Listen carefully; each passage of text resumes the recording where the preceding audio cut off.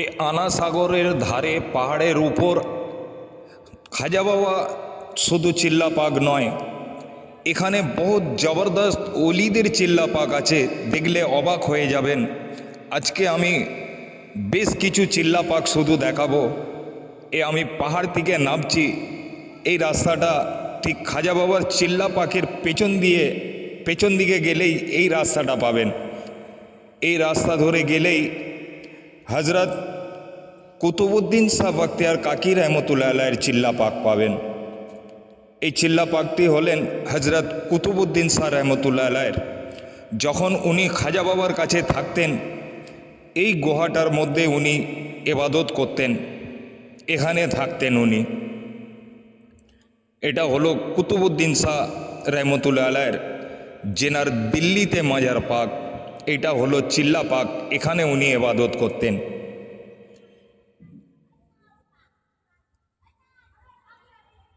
এগুলো জেনে রাখলে অনেক কাজে লাগবে। কে জানে কখন খাজা বাবার ডাক এসে যাবে, তখন খুঁজতে হবে না, পেয়ে যাবেন এই লোকেশান ধরেই। এটা হলো মসজিদ। এটা আপনি আনা সাগরের ধার দিয়ে পূর্ব দিকে বেশ কিছুটা গেলেই দেখবেন ডান সাইডে একটা সিঁড়ি আছে। ওই সিঁড়ি ধরে উঠলেও আপনি এই কুতুবউদ্দিন শাহর চিল্লা পাক পেয়ে যাবেন। ইনি হলেন হামিদউদ্দিন নাগরী রহমতুল্লাহ আলাইহি। এই মাজার পাক নাগর শরীফে আমার আগের ভিডিওয় দেয়া আছে।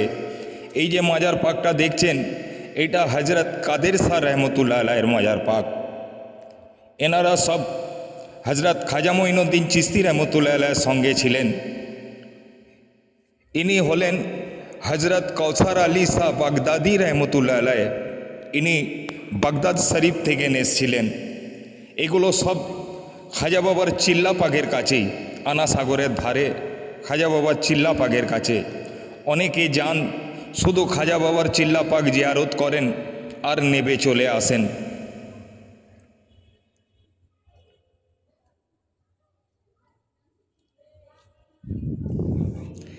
ইনি হলেন, এই যে চাদর পাক দেখছেন, ইনি হলেন হজরত ইরানি শাহ বাবা রহমতুল্লাহ আলাইহি। এনার নাম অনেকেই জানে না, এনাকে ইরানি বাবা বলেই ডাকেন। আর এই যে গেটের ভিতরটাই যেটা দেখছেন, ইনি হলেন হজরত হামিদউদ্দিন নাগরী রহমতুল্লাহ আলাইহি। ইনি কুতুবউদ্দিন শাহ রহমতুল্লাহ আলাইহির দিনী শিক্ষকও ছিলেন। এনার মাজার পাক নাগর শরীফে। আমার আগের ভিডিওটাই দেখতে পাবেন। চ্যানেলটিকে সাবস্ক্রাইব করবেন পরের ভিডিও দেখার জন্য, লাইভ কমেন্ট করবেন ভুল ত্রুটি থাকার জন্য। ইনি হলেন হামিদউদ্দিন নাগরী রহমতুল্লাহ আলাইহি। ঠিক হজরত খাজা মঈনুদ্দিন চিশতি রহমতুল্লাহ আলাইহি চিল্লা পাকের পাশে। ইনি হলেন হজরত সৈয়দ গুদড়ি শাহ রহমতুল্লাহ আলাইহি। ইনি গুদড়ি শাহ রহমতুল্লাহ আলাইহি, ইনিও খাজা বাবার কাছেই থাকতেন। এই দরবার পাক সব ওই পাহাড়টার উপরেতেই। আমরা অনেকে জানি না বলে জিয়ারত পাক করতে পারি না। দেখে রাখলে অনেক কাজে লাগবে, এই জন্যেই আমার ভিডিও করা। ইনি হলেন হজরত সালার মাসউদ গাজী রহমতুল্লাহ আলাইহি। এনার মাজার পাক হলো উত্তরপ্রদেশ বেহরাইচ শরীফে। উত্তরপ্রদেশ বেহরাইচ শরীফে এনার মাজার পাক। ইনি শহীদ হয়েছিলেন, তখন উত্তরপ্রদেশ বেহরাইচ শরীফেতে বাচ্চাদের বলি দেওয়া হতো।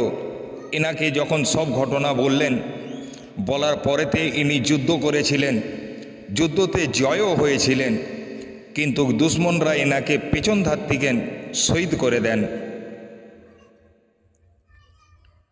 এনার নাম সৈয়দ সালার মাসউদ গাজী রহমতুল্লাহ আলাইহি। এই হলো চিল্লা পাক। আর মাজার পাক হলো উত্তরপ্রদেশ বেহরাইচ শরীফে। ও ভিডিও আপনি দেখতে পাবেন আমারই চ্যানেলে। এই হলো চিল্লা পাক।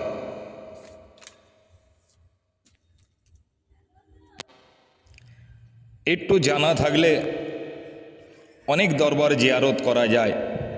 অথচ আমরা ওখানে উঠি, এখানে উঠি, শুধু খাজা বাবার রওজা পাক জিয়ারত করি, চিল্লা পাক জিয়ারত করি আর চলে যাই। ইনি হলেন হজরত সৈয়দ সালার গাজী রহমতুল্লাহ আলাইহ।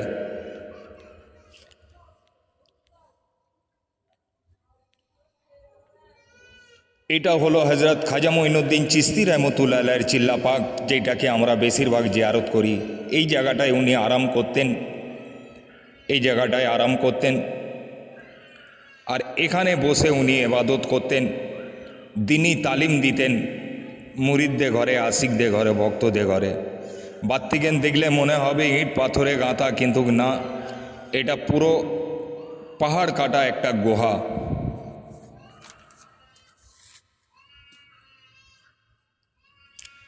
ইনি হলেন হজরত খাজা মঈনুদ্দিন চিশতি রহমতুল্লাহ আলাইহির পীর ও মুর্শিদ হজরত সৈয়দ উসমান হারুনি রহমতুল্লাহ আলাইহ, যেনার মাজার পাক মদিনা শরীফে।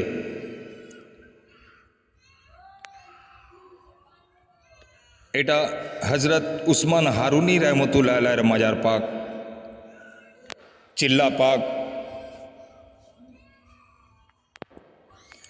যিনি হজরত খাজা মঈনুদ্দিন চিশতি রহমতুল্লাহ আলাইহির পীর ও মুর্শিদ।